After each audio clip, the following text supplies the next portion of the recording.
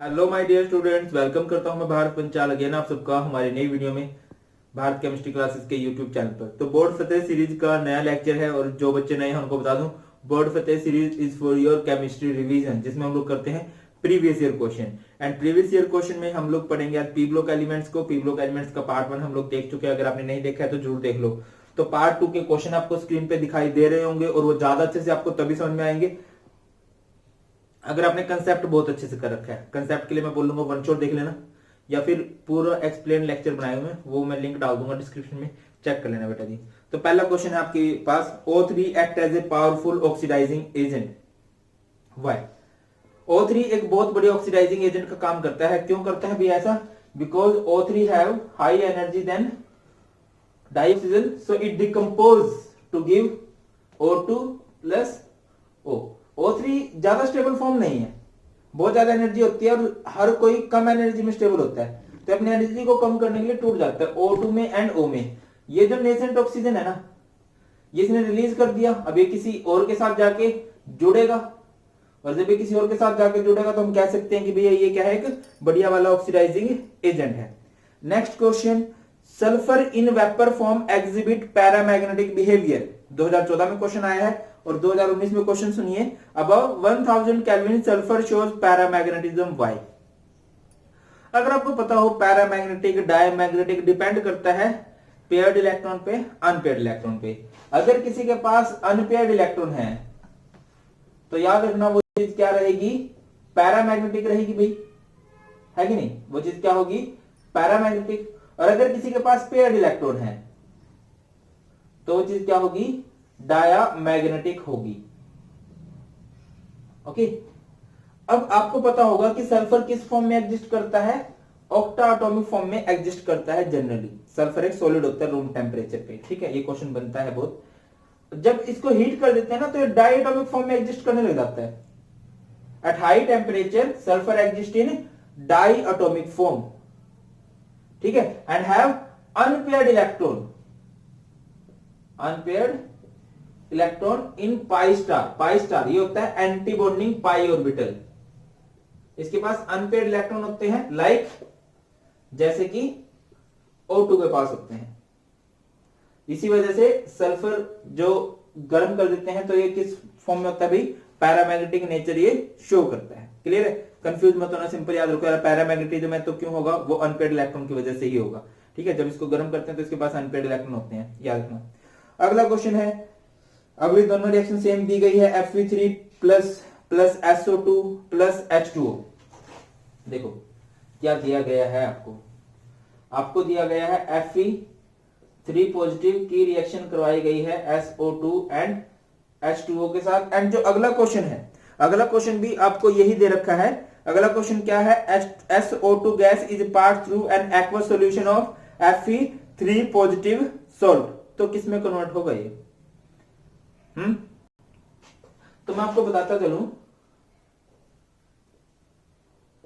ये कन्वर्ट हो जाएगा Fe3 ये देखो SO2 जो होता है ना एक फेमस रिड्यूसिंग एजेंट है। अब देखो यार, जो बच्चे सीबीएसई बोर्ड में, अब आपका ग्रुप 15 तो कट चुका है, तो कम सी रिएक्शन बची हैं, वो अच्छे से पढ़ लेना, ठीक है।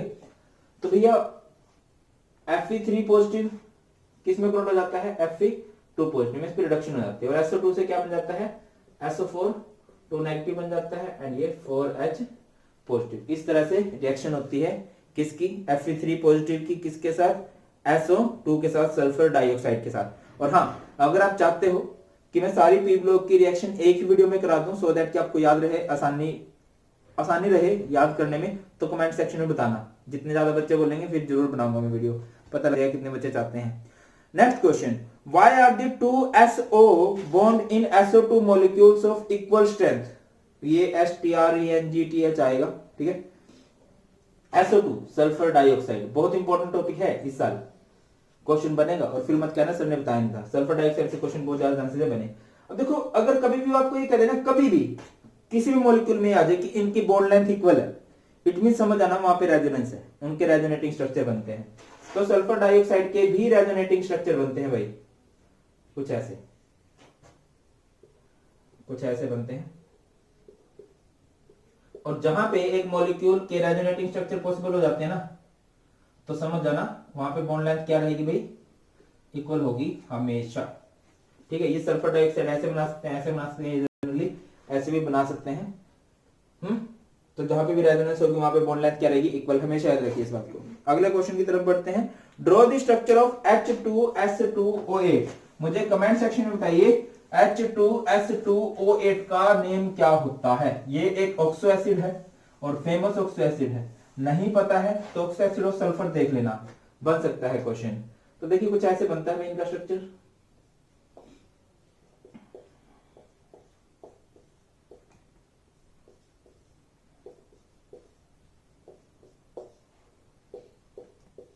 कुछ इस तरह से हम किसका स्ट्रक्चर बना सकते हैं, H2S2O8 का। मैंने अलग से करवा रखा है ये। Oxo acid of sulphur by Bharat Panchal search कर लेना या फिर डिस्क्रिप्शन चेक कर लेना। Next is H2S2O7। H2S2O7 का स्ट्रक्चर हम लोग कैसे बनाएंगे भाई? इसका भी नाम बताना है क्या होता है। डबल बॉन्ड, बाकी सेम रहता है, बस यही हो जाता है। पेपर में बताऊं इनकी ऑक्सीडेशन स्टेट भी निकालनी आ सकती है। ये किसका स्ट्रक्चर बन गया, H2S2O7 का। नेक्स्ट क्वेश्चन है H2SO3 का स्ट्रक्चर बनाना है आप लोगों ने। H2SO3 H2SO3 का स्ट्रक्चर हम लोग कैसे बनाने वाले हैं भाई? देखो अगर आपको याद हो, अगर ये H2SO4 होता है, मैं पहले H2SO4 पढ़ाता हूँ। H2SO4 ऐसे बनता है, डबल बॉन्ड OH OH। अब H2SO3 है ना, तो क्या रहेगा, H2SO3 है, H2SO3 कुछ ऐसे इस तरह से किसका स्ट्रक्चर बन जाएगा, H2SO3। इन सारे ऑक्सो एसिड के आप लोगों ने मुझे नाम जरूर बताना है कि इनका नाम क्या होता है। आगे बढ़ते हैं नेक्स्ट क्वेश्चन की तरफ।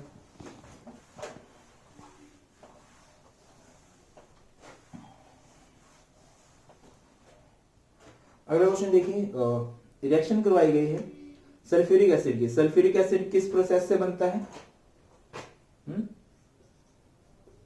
सल्फ्यूरिक एसिड की प्रिपरेशन तो बहुत रेयर चांस है कि आए। इसकी रिएक्शन एक दो देख लेना। एक बार इसकी रिएक्शन कॉपर के साथ करवाई गई है, एक बार इसकी रिएक्शन करवाई गई है CaF2 के साथ, H2SO4 की रिएक्शन, और एक बार इसकी रिएक्शन करवाई गई है विद कार्बन।